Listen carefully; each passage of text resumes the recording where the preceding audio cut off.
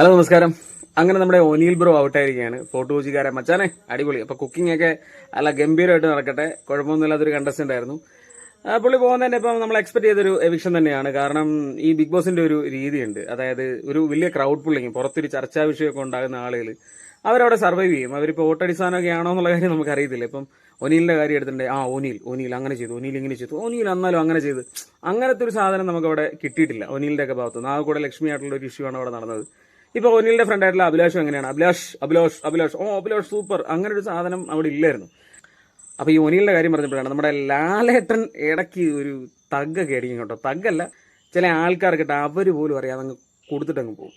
നിങ്ങൾ ആരും ശ്രദ്ധിച്ചോ എന്ന് എനിക്കറിയത്തില്ല. എല്ലാവരുടെയും വിശേഷങ്ങളൊക്കെ ചോദിക്കുന്നുണ്ടായിരുന്നു. എന്തൊക്കെ ഉണ്ടായിരുന്നു, വീട്ടിൽ നിന്ന് ആൾക്കാരൊക്കെ വന്നിട്ട് എല്ലാവരുടെ അഭിപ്രായങ്ങളൊക്കെ ചോദിക്കുന്നു. അനീഷ്, അതുപോലെ തന്നെ ഷാനവാസ്, അങ്ങനെ കറങ്ങി തിരിഞ്ഞ് നമ്മുടെ ലക്ഷ്മിയുടെ അടുത്ത് വന്നു. ലക്ഷ്മി എങ്ങനെ ഉണ്ടായിരുന്നു?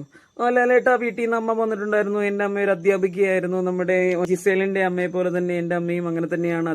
എല്ലാരെയും അമ്പലപ്പുഴയ്ക്ക് ക്ഷണിച്ചായിരുന്നല്ലോ അല്ലേ? ഞാൻ കണ്ടായിരുന്നു.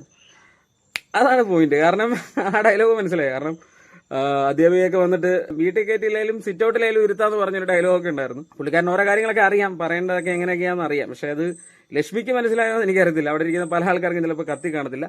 അക്ബറിന് അത് കത്തി കാണും. കാരണം ഈ വക സാധനങ്ങളൊക്കെ പുള്ളിക്കാരൻ എടുക്കും. ഇനി ചിലപ്പോൾ നാളെ അതൊരു ചർച്ചാ വിഷയമാകും, ആരുടെയൊക്കെ പറയാനുള്ള സാധ്യതയുണ്ട്. നാളത്തെ എവിക്ഷനിൽ ആരാ പുറത്തു പോകുന്നുള്ള കാര്യങ്ങൾ എനിക്ക് ഹിന്റുകളൊന്നും കിട്ടിയിട്ടില്ല. ആരാന്നറിയത്തില്ല.